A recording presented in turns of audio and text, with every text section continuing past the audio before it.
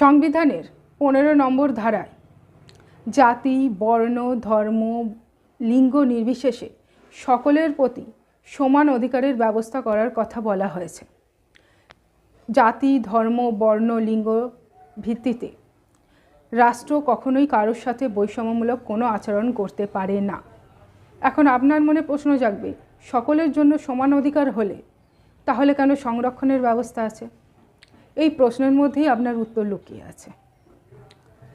পিছিয়ে পড়া শ্রেণী যারা এতদিন ধরে বৈষম্যের শিকার হয়েছে, তাদের সেই বৈষম্য ঘুচিয়ে সমান অধিকার প্রতিষ্ঠার জন্যই রাষ্ট্র সংরক্ষণের ব্যবস্থা করে।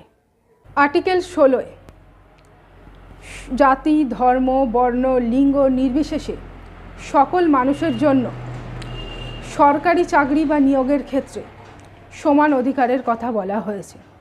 সরকারি চাকরিতে নিয়োগের